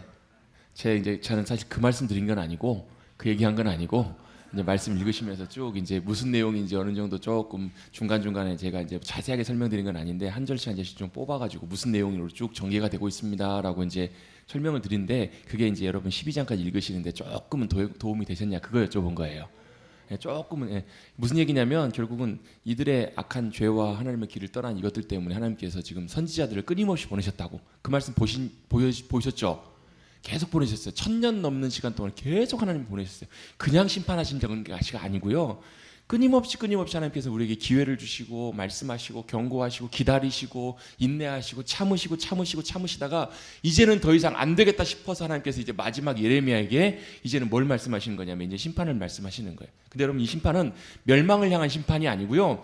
다시 하나님께서 온전케 하셔서 몇 년 동안 70년 동안 이스라엘 백성들은 몇 년 동안 광야 생활했나요? 40년 살았잖아요. 40년. 근데 하나님께서 어찌 보면 거의 2배 가까운 70년 동안 하나님께서 이제 그들을 뽑으셔가지고 정결케 하시고 때때로 혼내시고 정신 차리게 하시고 정신 못 차리면 어떻게 해야 돼요, 여러분? 좀 정신 차리게 좀 해야 되잖아요. 안 되면 그걸 하시겠다라는 거 하나님께서. 그래서 수없이 많은 사람들을 보내셨지만 안 들었다. 그래서 어떻게 하시겠는가? 13장부터 보시면 어떤 내용이 나오냐면 그 띠를 하나 가지고 요즘으로 막 허리띠 같이 띠를 갖고 와가지고 그거를 저 유브라데 가가지고 강에다 묻었다가 한참 후에 다시 가서 꺼내보라고. 그럼 어때요? 꺼내봤더니 어때요?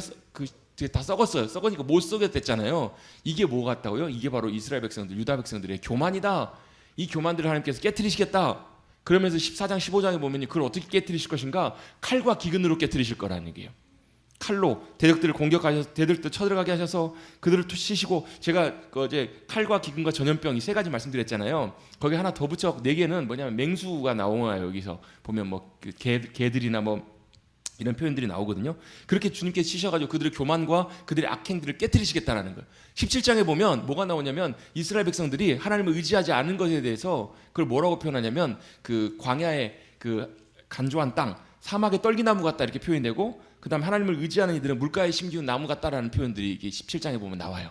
그렇게 주님께서 그렇게 되기를 원하셨던 거예요. 근데 안 됐으니까. 그 결정적인 이유가 15장 4절에 보시면 제가 어제 설명드리면서 이 말씀 드렸잖아요. 히스기야의 아들 므낫세 설명드리면서 15장 4절에 보시면 유다 왕 히스기야의 아들 누가요?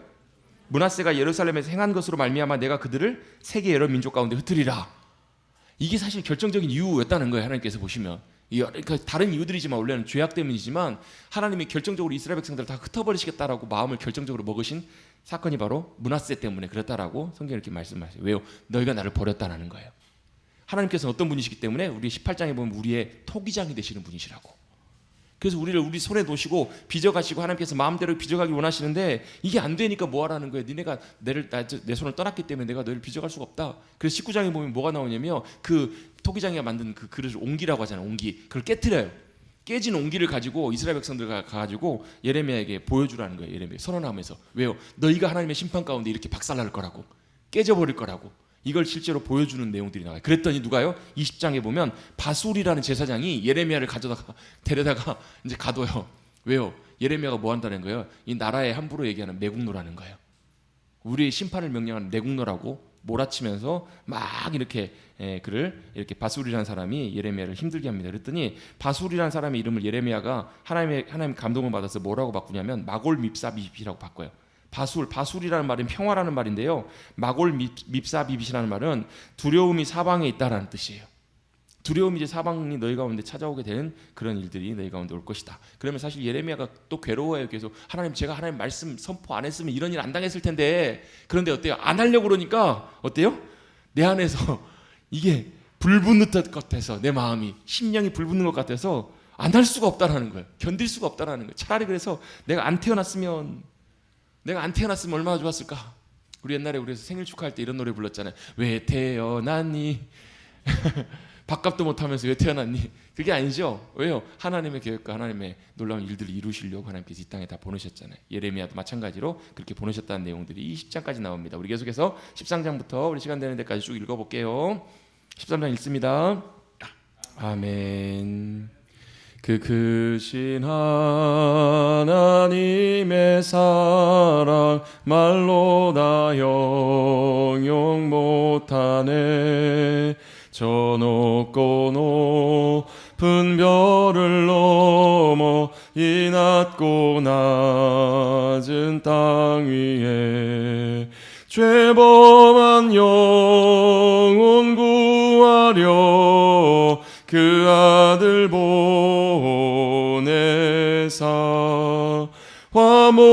화목제물 삼으시고 죄 용서하셨네.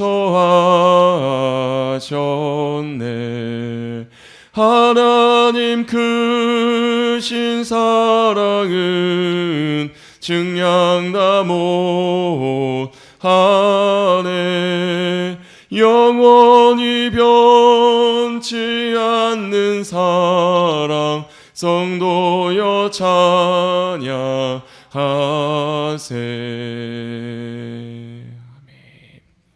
할렐루야. 주님 감사합니다. 우리에게 이 더운 무더운 여름에도 한여름밤에 한 주간 주님 앞에 모여 말씀 앞에 귀 기울이게 하시니 감사를 드립니다.